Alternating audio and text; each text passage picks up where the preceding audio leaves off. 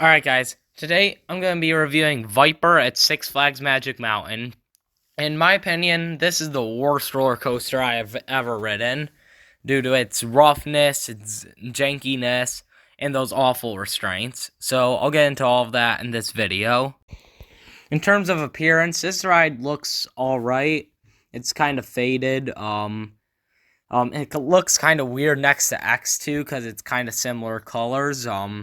It still looks alright, but it's nothing special in terms of appearance. Then you'll get into these horrible trains. These are like hard plastic over the shoulder restraints by Arrow, and these are terrible restraints. Probably my least favorite restraints on any coaster. They lead to so much head banging. Like, for me, I can take rides like Predator and the Beast, which are rough but have lap bars. But rides like this that are extremely rough but have these hard over-the-shoulder restraints I can't take.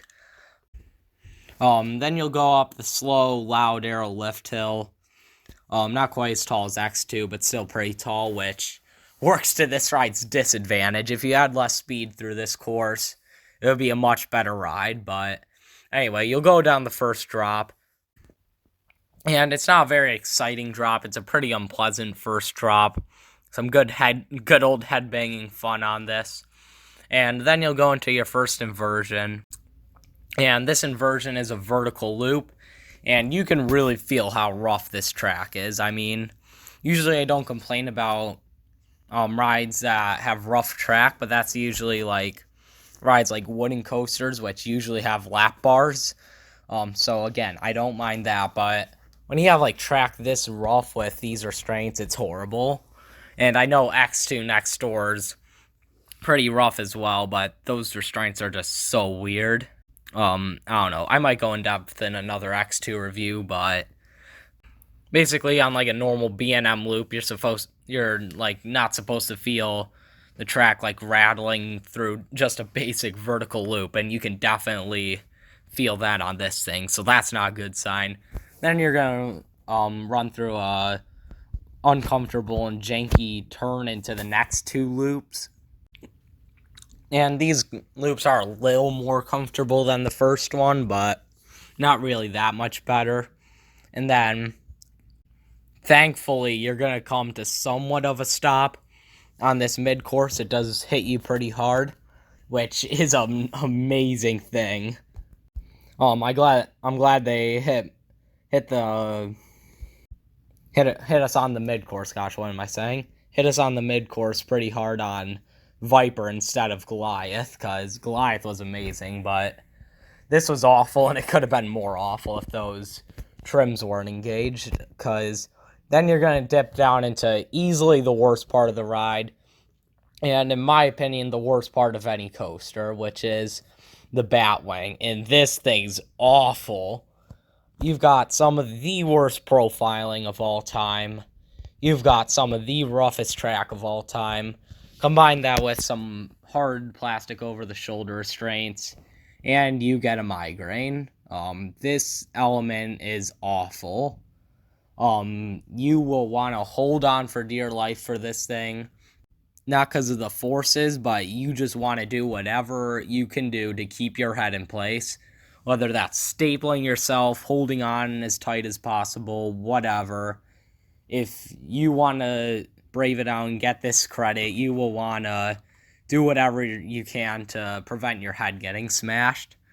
So after that terrible element, you're going to turn into some final corkscrews, and these aren't very good. There's some really bad head banging on these. They're pretty forceless as well. And then you're going to take a slow turn into the brakes. Again, only ride this thing if you are really desperate for the credit. Like, if you want to pull like an Uncle Nate and make this thing your 500th credit or something dumb like that, then go ahead, do that. As for seat selection, obviously I'd choose the front. I made the very wise decision of sitting in the back, which probably hindered the ride experience in terms of roughness. Usually sit in the front for the smoothest seat. I do want to note some people say this ride's actually smooth, but I don't think so, especially since people say the year this thing got smooth was the year I went and rode it. But I don't know, maybe I just had a really bad ride experience, or maybe people are just way too nostalgic. That's definitely possible.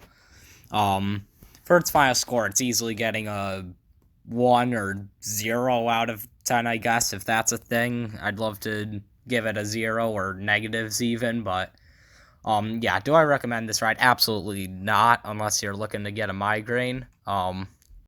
It was way harder for me to get headaches back when I rode it than now, but if I rode this thing now, like in my current state, this would be even worse. And I know I'm trying to make it sound like I'm old, but for whatever reason, I get headaches really often now, so I'm betting this wouldn't be very fun now either.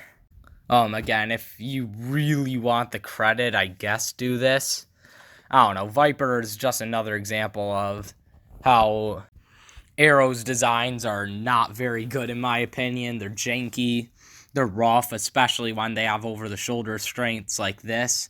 They really suck. So overall, that's my review of Viper at Six Flags Magic Mountain, my personal least favorite coaster I've ridden. Let me know if you guys have the same opinion as me on this, or are you guys Viper fans? Let me know in the comments below. Make sure to like and subscribe, and I'll see you guys next time.